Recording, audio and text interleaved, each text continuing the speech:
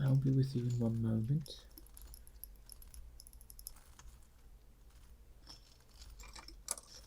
It's critical work.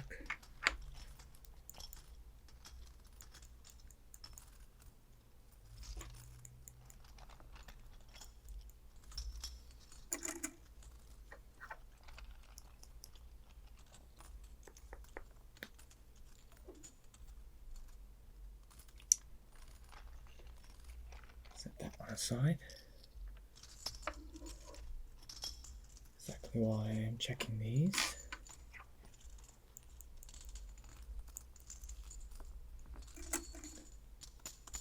Can usually tell most of the time. Galleons that are faked anyway. They are, of course, worth the most.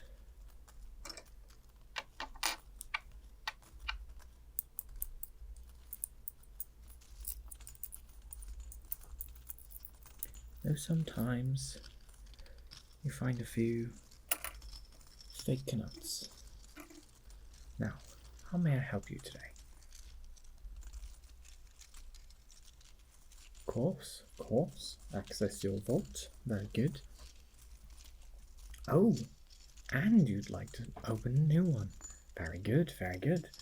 Of course, we have two kind of vaults. We have a large vault, which most people associate the Gringotts name with, as well as we have small boxes, as we call them, though they are about this big in size and have their own special room in which you walk into. So it is a type of vault, but much smaller. Now, if you are interested in a large vault, we have, of course, and right now, only two styles of key, both very rustic, of course, goblin made.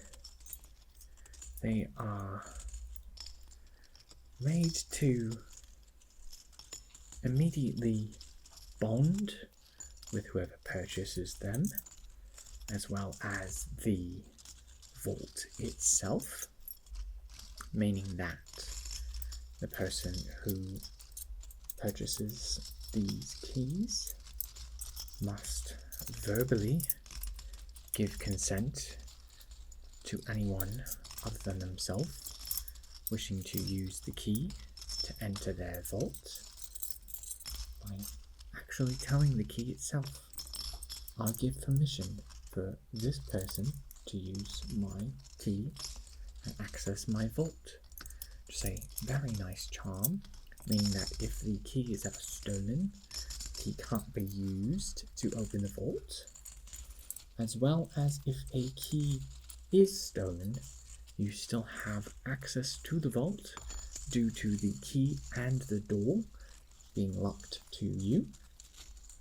It allows anyone trying to break in less access, as well as not limiting your access to your own vault and possessions. Now, of course, these keys and vaults are a bit costly.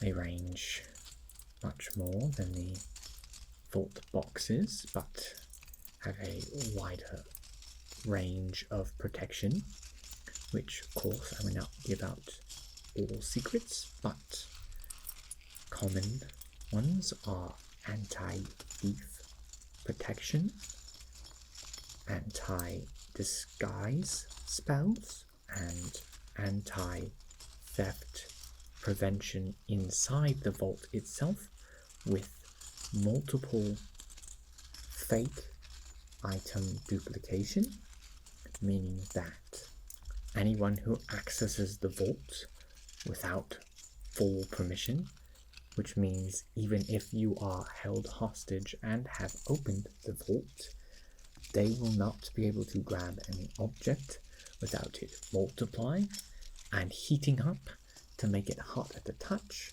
preventing them from holding any object that they like, and eventually it will spread enough to where they will be covered and suffocated, full of burns. Now, of course, they may die.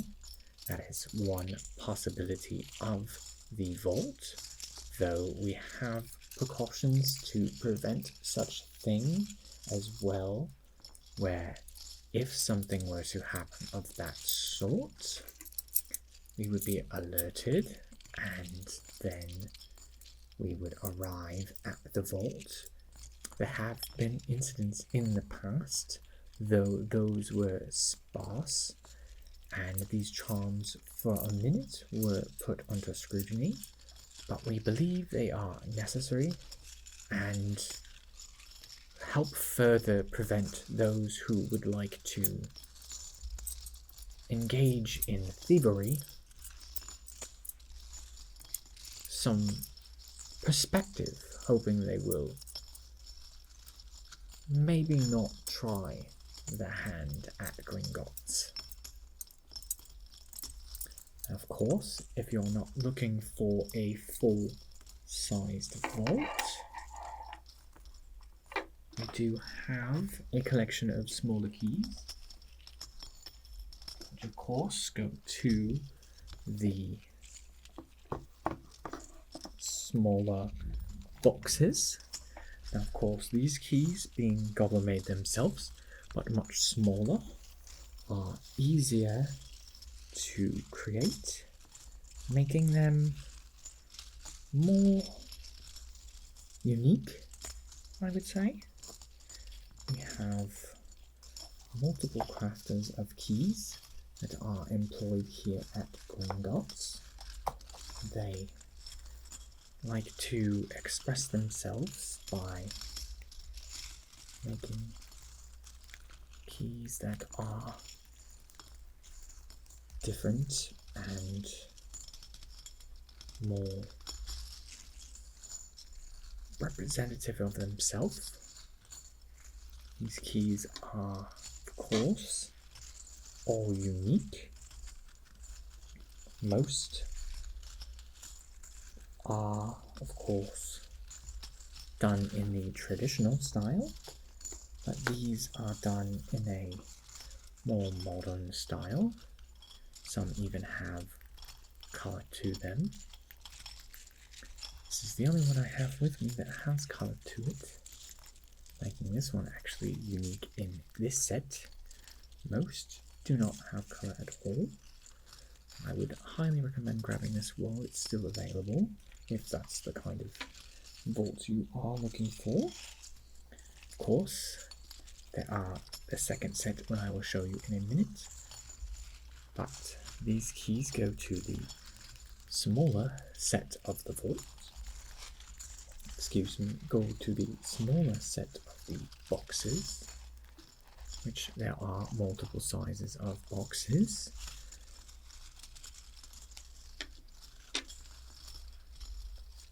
There are actually 3 sizes of boxes, though the small box actually requires no key at all. It is a touch only, being that they are small enough for only minor items of minute size. The key will be almost irrelevant, as the touch is a bit more safe anyway for those. Now, for the larger of the boxes, we have, of course, larger keys. These boxes are actually more about the size of, I would say, a large cauldron, but longer in length, as they are deep enough to place a long sword into if need be, but still small enough to not be considered a full-sized vault. Now I will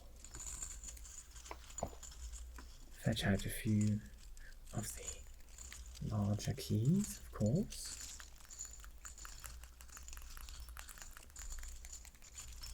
These are a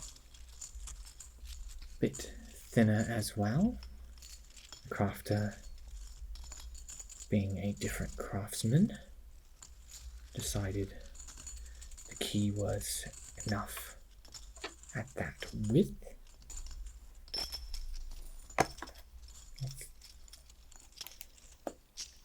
Of course, the width of the, let's call it, blade of the key does not prevent it from being safer. Actually makes it harder to steal, being that the anti-steal charm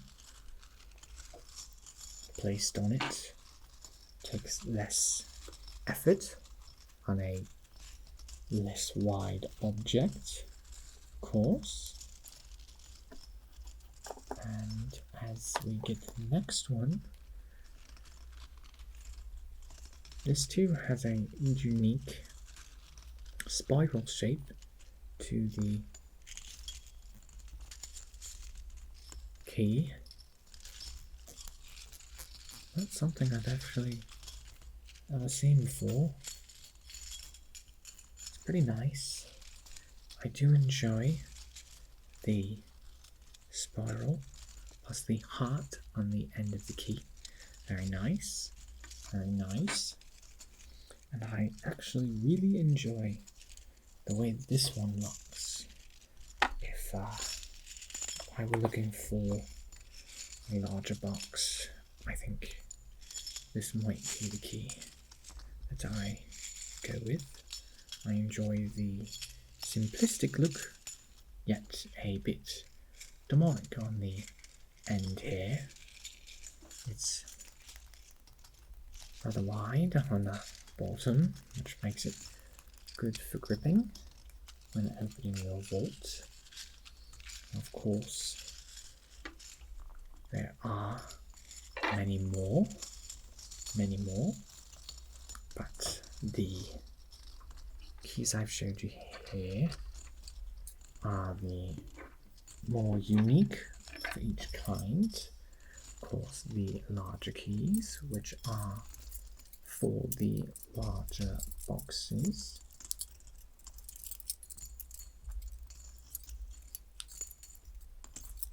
Which again are good for armor, long swords, hides of dragon, anything of value that can be large but not of need in a large vault.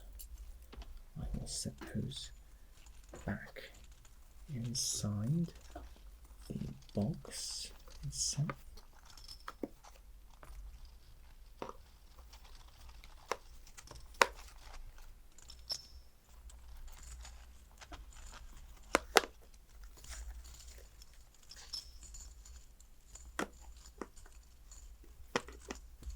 In case you want to look at them later. Now, have you decided now if you would like either a small or a larger box? Smaller box, of course. Now I have, of course, the small box keys still in my hand. I wasn't sure if you had any that you were looking for. Oh, you do like the red one. I will set that one aside in case that's the one you choose. I can also show you any other key that you'd like, of course.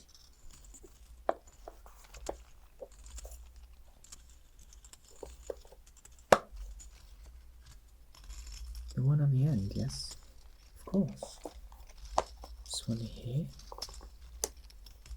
Yes, of course. Very good. It does have a unique shape to it. It's a long and bumpy shape with a what looks to be almost snowflake-like, but not quite, maybe even more flame-like, I'm not sure. It does have a nice shape to it. I wasn't sure whether you like this one more than the other. I do like the robotic shape of this one with the red that is of course with it, but the shape of this one is very nice. Very nice. Still thinking the red one. Really? Alright, very nice. I will actually put this one over here for you. Set aside the rest of the keys. You said you would like to move money from your main family vault to the new one, yes? Okay. How much would you like to move? You're unsure, of course. Now, do you know the difference between the coins, of course? No? Well, of course, the small amount here, which is the bronze coin, is known as a Gringotts. It is the smallest form of currency that us wizards use, which, of course, means that there are higher, more valuable forms, which are, of course, here. Now, in 29 of these bronze Gringotts, will give you a silver sickle, of course. Now, the sickle is, again, silver, much larger, and quite heavy for a coin of this size. It has the same symbols as all the coins do, but again is silver. Now, 17 of these silver coins give you a galleon, which is the highest form of currency currently used in the wizarding world. These are made of gold, and again have the same insignias on them as the sickle and the Gringotts. Now, there are, of course, two kinds of galleons, the true galleon and the unfortunate leprechaun gold galleon, which looks exactly the same, feels exactly the same, but in a few hours' time will disappear and will be worthless. It's good for conning someone, which you should not do, especially here at Gringotts. We do know who gave us that galleon. He gave us a sack of coins.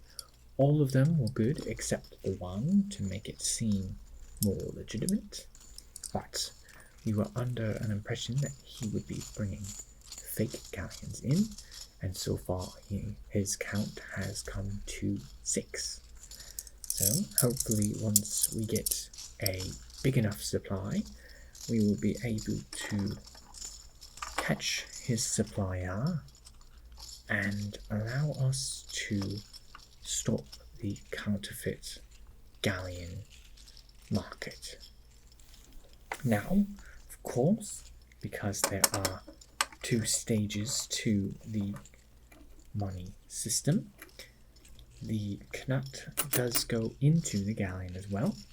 It is 493 Gringotts to a galleon, though it is much easier to go to the sickle and then the galleon.